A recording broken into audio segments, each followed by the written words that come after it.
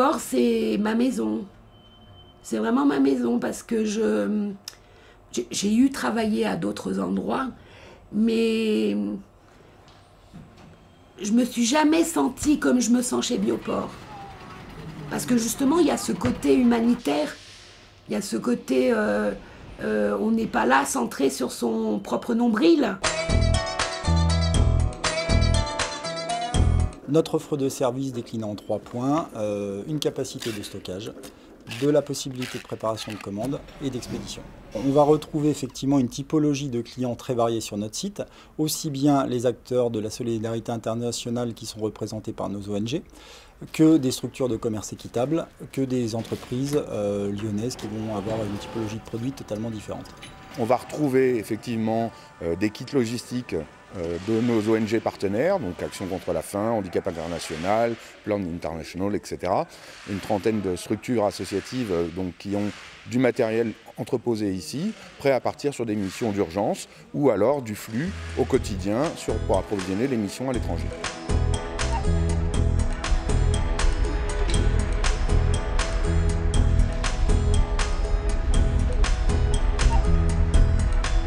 C'est né d'un besoin affirmé en 1992, ici à Lyon, de plusieurs ONG humanitaires et d'autres petites associations moins connues qui étaient solidaires des Balkans. Étant en contact avec ces ONG lyonnaises, la question s'est posée de pouvons-nous avoir à l'aéroport de Lyon un espace de stockage. C'était aussi le pari de Bioport, de dire mais est-ce que la mutualisation permet des économies d'échelle, de mutualiser les risques et d'apprendre aussi des uns et des autres.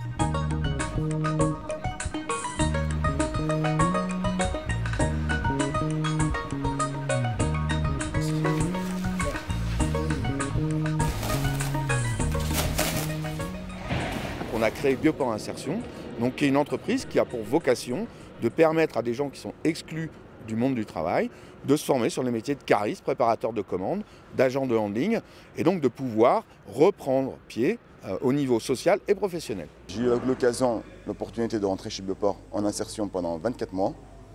J'ai fait mon parcours de 24 mois, donc j'ai appris à être cariste, j'ai appris le métier. Ensuite, je suis reparti pour découvrir le métier en plus approfondi ailleurs, en extérieur. Et par la suite, là, mon parcours, je suis revenu chez Bioport en tant que chef d'équipe.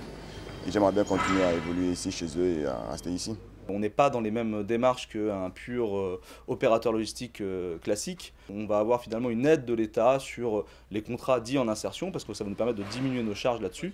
Par contre, en contrepartie, on se doit un accompagnement beaucoup plus resserré, et ce qui fait qu'on aura beaucoup plus, nous, de managers par rapport à des équipes d'un opérateur classique pour encadrer ces équipes-là. J'ai accédé à Bioport, j'ai commencé en tant que magasinier, cariste, et puis chef d'équipe, assistant opérationnel et aujourd'hui responsable d'exploitation. Déjà, je suis très fier de mon évolution. J'ai toujours voulu évoluer. Ça me fait plaisir de donner des coups de main pour les gens insertion qui ont besoin d'être orientés, d'apprendre le métier. Et c'est ça qui me plaît. Et Bioport, je pense, dans ce chemin-là.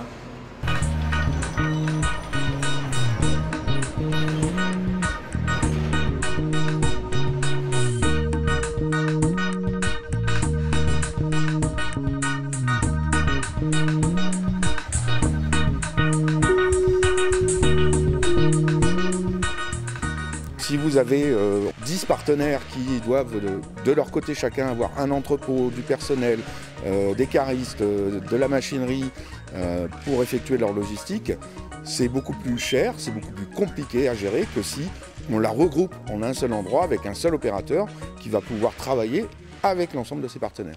Le métier de logisticien, c'est... Alors, dans la logistique, on dit que c'est un peu le couteau suisse des entreprises ou des ONG pour lesquelles on travaille. C'est qu'on est des métiers support. Trouver des solutions pour des destinations qui sont peu communes, ça demande toujours un peu plus de flexibilité, d'adaptabilité et un peu de patience aussi. Le principe, c'est d'être en capacité d'organiser un transport de A à Z, c'est-à-dire de pouvoir organiser un transport depuis chez le fournisseur jusqu'au point de livraison demandé et de savoir respecter toutes les normes et toutes les conditions nécessaires au bon déroulement du transport. On travaille avec un réseau de transitaires internationaux qui vont nous fournir des solutions de transport. Et nous, notre rôle, c'est de choisir la meilleure solution au meilleur prix. En termes de logistique, il peut y avoir des matériels qui sont plutôt dangereux ou qui peuvent être considérés comme assez sensibles dans certains pays, notamment quand on parle de déminage.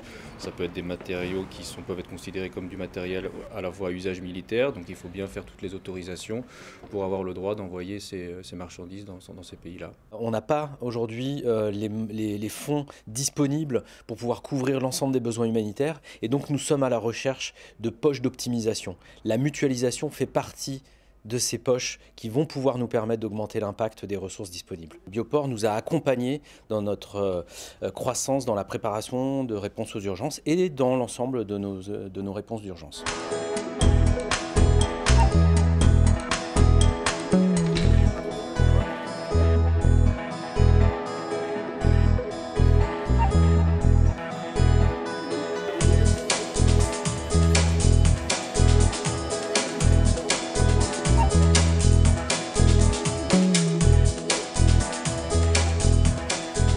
Notre modèle de fonctionnement, il n'est pas basé sur des subventions à proprement parler, comme un certain nombre d'associations, il est basé sur du recouvrement de coûts.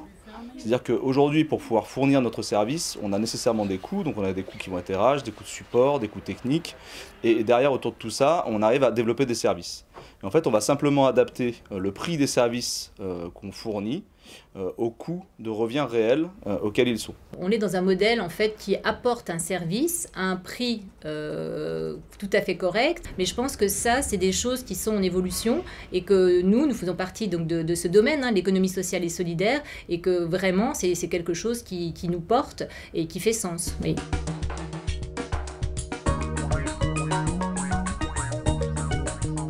Au sein du conseil d'administration, on va donc retrouver des gens qui sont mobilisés pour donner bénévolement de leur temps, pour faire avancer l'association, faire avancer Bioport. Et donc on va avoir là des représentants des adhérents, donc des ONG qui peuvent être servis par Bioport, mais aussi des personnes individuelles qui ont envie de s'investir pour participer et amener leur expertise, leur bonne volonté, leur temps à la cause de Bioport.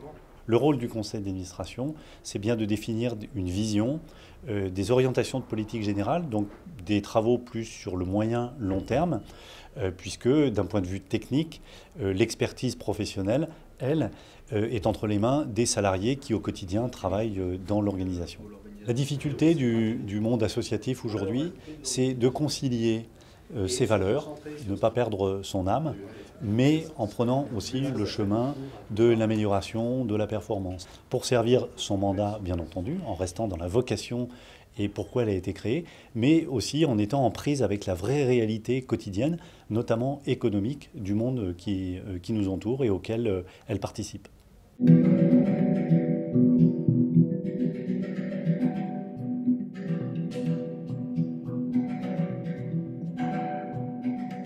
On a une forme d'ouverture qui aujourd'hui, je pense, est à mettre en avant, et transparence me paraît être le terme le plus adéquat.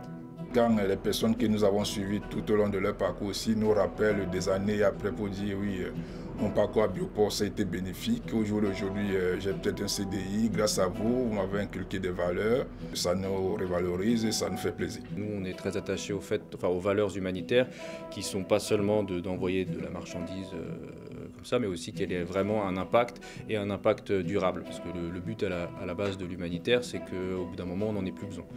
Je ne me vois pas faire un métier, pas forcément dans l'humanitaire, mais qu'il n'y a pas cet engagement-là, ça résonne pas pour moi. C'est ça qui nous motive à travailler, c'est qu'on dit on n'est pas allé pour travailler, gagner sa fiche de sa paie à la fin du mois et c'est tout. C'est qu'on est là, on apprend quelque chose et on se dit, on se fait transmettre notre savoir-faire à des gens qui, eux, par la suite, j'espère qu'ils vont faire la même chose, transmettre à d'autres personnes. Alors j'ai choisi Bioport pour une raison qui est simple, sa vocation sociale et solidaire. Cet aspect-là, à mon sens, donne une plus-value à ma fonction et au sens que j'y trouve et à mon épanouissement personnel. Une commande qui part au Canada ou bien aux États-Unis, c'est pas comme une commande. Moi j'ai les conditions pareilles, j'ai le travail pareil, mais il y a un regard peut-être particulier vers les commandes qui partent dans des pays pauvres comme Bangladesh ou bien Kenya, Éthiopie, autres. moi, en ce qui me concerne, c'est ce qui fait que j'aime encore plus Bioport.